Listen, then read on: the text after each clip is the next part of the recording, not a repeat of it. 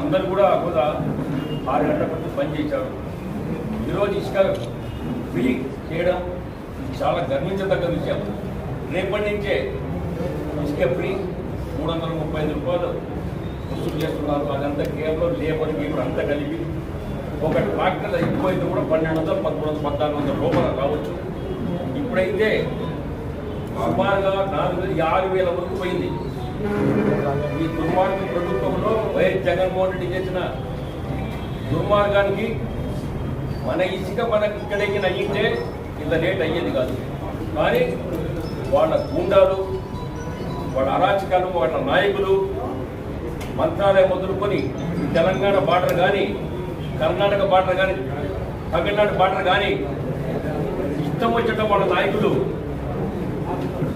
వేరే రాష్ట్రానికి తరలించడం వల్ల మన ఇసుకంతా వేరే రాష్ట్రానికి పోయింది. ఒక్కొక్క